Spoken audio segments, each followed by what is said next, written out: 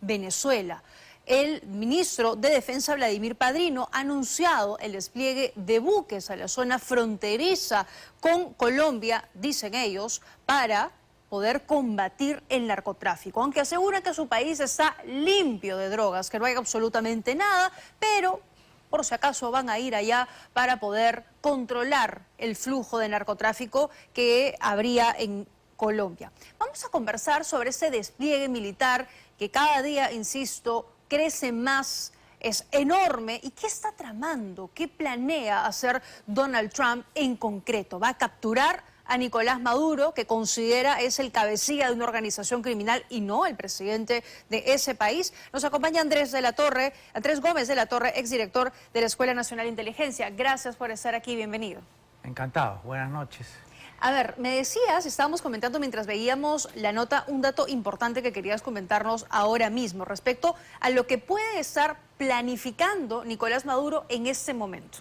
Sin duda, Tatiana, fíjate que todo apunta, según la prensa venezolana, y no porque Jaime Bailey lo haya dicho, de que habría un plan B, que consistiría en la eventual salida del poder de Nicolás Maduro para recalar en Nicaragua, en la ciudad de Managua, donde tiene una suerte de proxy o una suerte de aliado histórico, digamos, que es el gobierno que preside naturalmente Daniel Ortega y su señora esposa, la señora Murillo. Nicaragua, como entonces, es un país muy cercano a Venezuela y sería una suerte de opción de plan B. ¿Por qué? Porque se han detectado algunos vuelos. Tenemos un mapa aquí para que nos vayas contando qué es lo que está pasando, cómo se está moviendo Estados Unidos. Sí, antes quisiera terminar porque se han detectado unos vuelos desde Maiquetía hasta Managua, con también puntos intermedios en Cuba, aviones de Conviasa, aviones, digamos... Hay movimiento. Hay movimiento, entonces se podría inferir que hay un plan de salida alternativo. Así es. Alternativas, exactamente, Nicolás Maduro. ¿no? A ver, bueno, ¿qué tenemos aquí? Cuéntanos. Sobre lo que tenemos aquí, bueno, hay que ser claros, ¿no? El dispositivo que está elaborando los Estados Unidos para acercarse a las costas venezolanas no supone el tener una magnitud de fuerza como para poder realizar una intervención militar directa. En realidad se supone que son casi 5.000 hombres en promedio, pero no daría la infraestructura que tiene el movimiento tanto de los buques como de las naves de apoyo, etcétera, para realizar algo parecido o similar a lo que se hizo el año 1989 en Panamá con la operación Causa Justa. En ese momento se movilizaron 27.000 efectivos, entre 25 y 30.000 efectivos, y actualmente el efectivo de esta fuerza es de 4.000 hombres. Y hay otro antecedente también. En el año 1983, la pequeña isla de Grenada, donde había un gobierno socialista muy afín a Cuba. De acuerdo. Se hizo una intervención también y habían alrededor de 7.000 hombres. Estamos hablando que geográficamente estos países eran muy pequeños, ¿no? Y no tenían esta magnitud de respuesta de Venezuela. Claro, que son importantes, correcto, pero que, a ver, el despliegue que estamos viendo de Estados Unidos es importante. Ha salido del puerto de Norfolk, de Estados Unidos, hacia las costas de Caracas, ese armamento, todos esos buques que estamos viendo aquí, a ver, no es poca cosa. Sin duda. Cuéntanos un poco de qué se trata. Sin duda que no es poca cosa, sin duda que es un despliegue mucho más importante del que se realizó en el año 2020. También es cierto que tienen algunas capacidades para realizar ciertas operaciones aeronavales también de inteligencia. Hay también por ahí sobrevolando estos aviones P-8 Poseidon de inteligencia electrónica, de monitoreo. Sí, pero en realidad lo que hay que inferir de todo esto es, de este movimiento militar, es que también tiene un ángulo disuasivo de presión diplomática para lograr eventualmente, como lo dijo María Corina Machado y como lo dijeron otros líderes, que sean los propios venezolanos que de una u otra manera puedan presionar a la salida de este gobierno y que más bien colateralmente esta fuerza y la presión de los Estados Unidos sea un elemento que coadyuve a estas estrategias. Pero a ver, Estados Unidos está yendo y está movilizando todo ese arsenal de Miami también hacia Curazao. También hay un desplazamiento importante.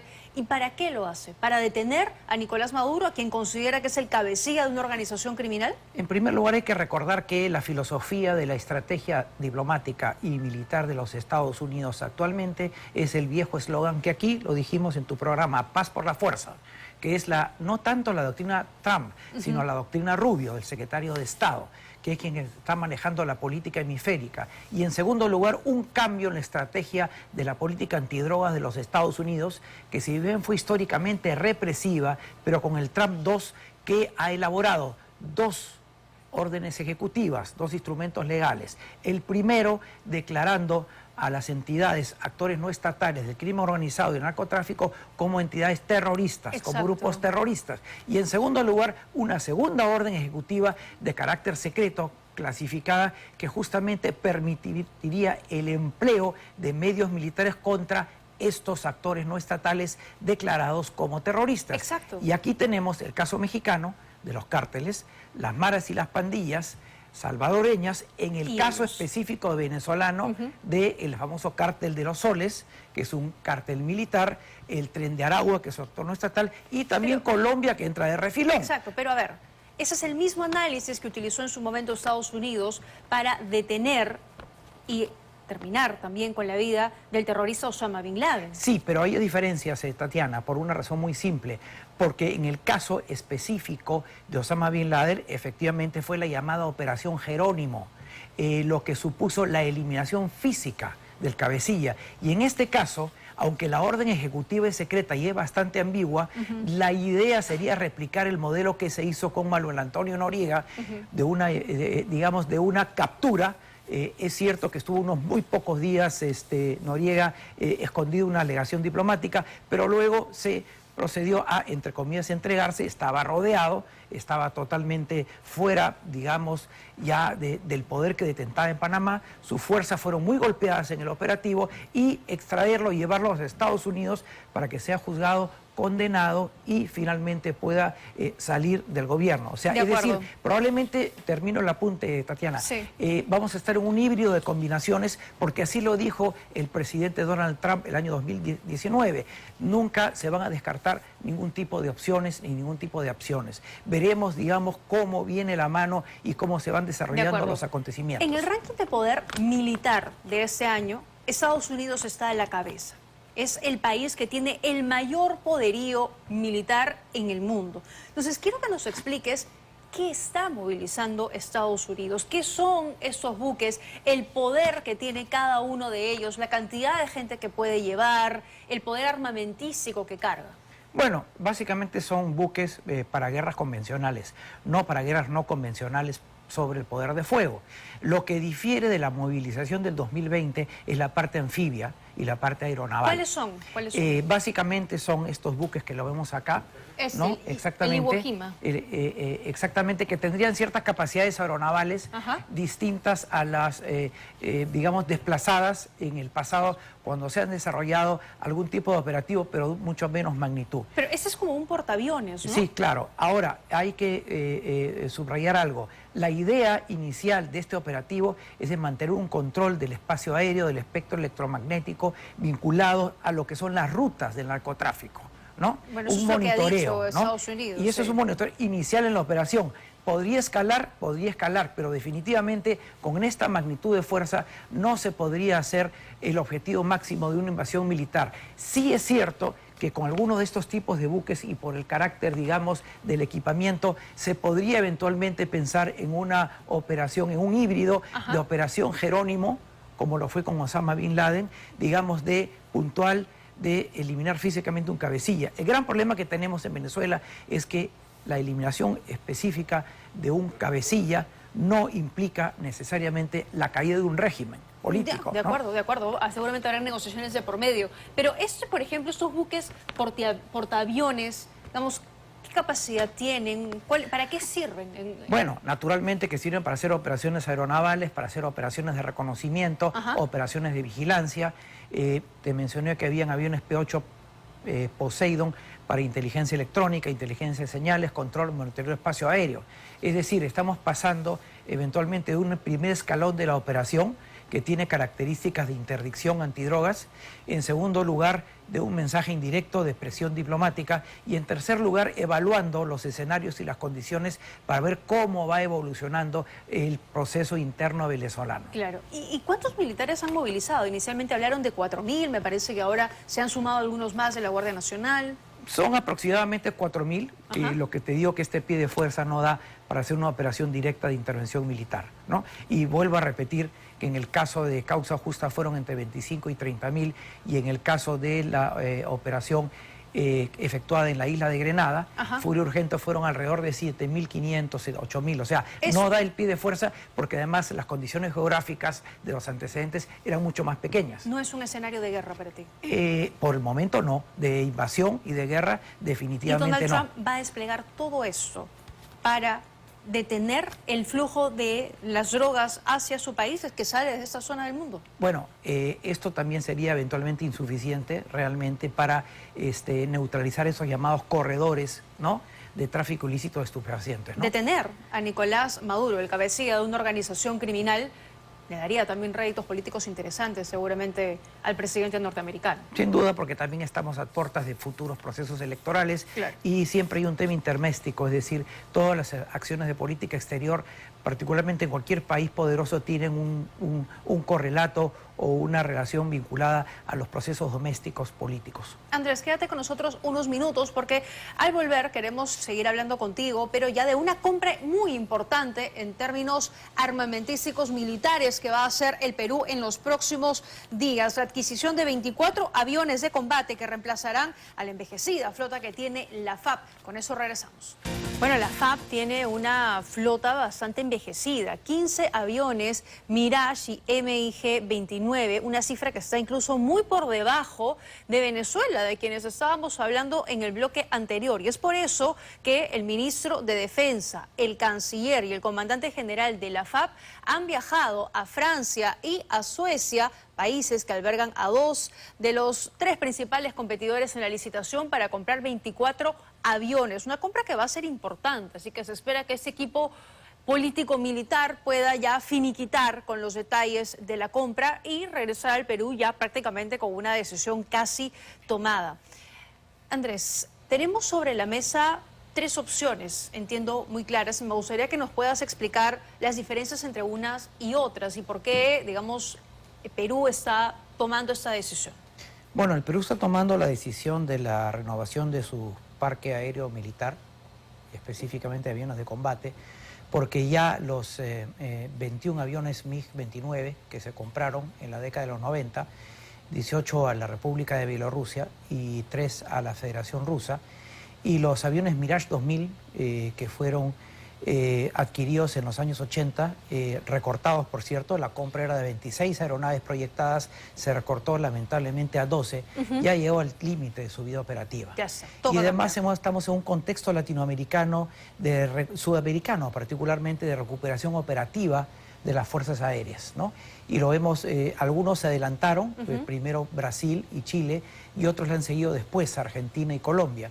De tal manera que estamos en un proceso, para mí, opinión natural de recuperación de capacidades operativas perdidas entre las Fuerzas Aéreas de América del Sur. Se espera que el equipo enviado, los representantes políticos y militares se puedan reunir con los fabricantes de los modelos Gripen y Rafale 4. ¿De qué estamos hablando? Bueno, según la información oficial, sabemos perfectamente que, por lo que fue informado a través de las autoridades, se evaluaron muchas opciones en el pasado. Probablemente se tuvo que dejar de lado la opción rusa y hacer un cambio de matriz por la propia naturaleza del conflicto ruso-ucraniano, y no solamente por la parte técnica, sino la parte de las sanciones, embargos, la parte política. El Perú fue, y la Fuerza Aérea, una tradicional operadora de aviones de combate exsoviéticos y rusos. Entonces se llegó al final de este proceso una llamada lista corta, así se presentó, de 3 opciones. 2 europeas vinculadas a la empresa francesa Dassault Aviación, la sueca, una sueca de la empresa SAP, y finalmente la propuesta norteamericana de la empresa Lockheed Martin.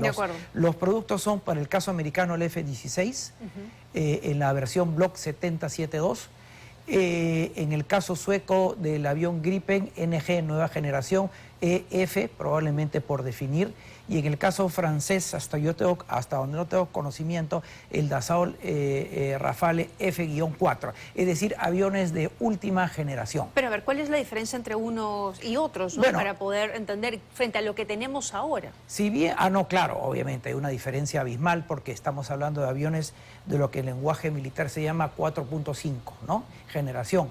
Estamos hablando de que los aviones Mirage 2000 comprados lo que por el tenemos. Perú, Ajá. lo que tenemos todavía eran de la generación de los años 80, ¿no? Ya. En condición de nuevo. Ciertamente fueron los mejores aviones de combate, probablemente en su momento, en los años 80, fueron objeto en otros países de repotenciaciones, digamos, de envergadura, pero lo que tenemos es una flota ya vetusta que tiene que ser reemplazada y lo que se sabe es que efectivamente una delegación...